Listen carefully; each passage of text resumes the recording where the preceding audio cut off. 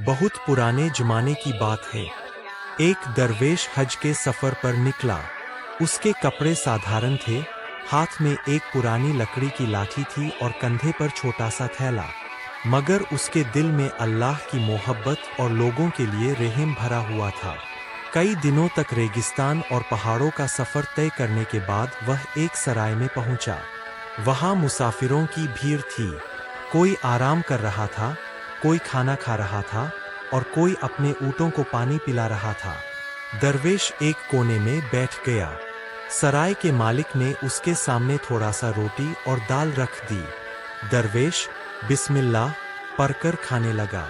उसी वक्त उसने देखा कि दरवाजे के पास एक गरीब बूढ़ा आदमी खड़ा है। उसकी आंखों में भूख साफ दिखाई दे रही थी, मगर शर्म की वजह से वह किसी से कुछ मांग नहीं पा रहा था।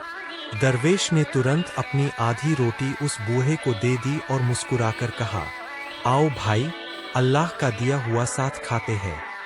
बूढ़े आदमी की आंखों में आंसू आ गए। उसने कहा, मैं 3 दिन से भूखा हूँ। किसी ने मेरी तरफ ध्यान नहीं दिया।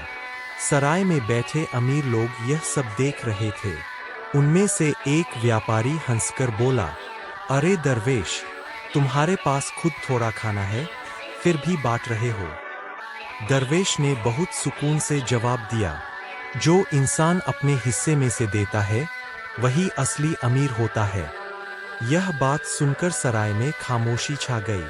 कुछ देर बाद वही व्यापारी दरवेश ने शर्मिंदा होकर कहा, आज आपने हमें इंसानियत का असली मतलब सिखा दिया। फिर उसने सराय के सभी गरीब मुसाफिरों के लिए खाने का इंतजाम करवा दिया। उस रात सराय का माहौल बदल गया। लोग एक दूसरे के साथ खाना बांटने लगे और दरवेश चुपचाप आसमान की तरफ देखकर अल्लाह का शुक्र अदा करता रहा।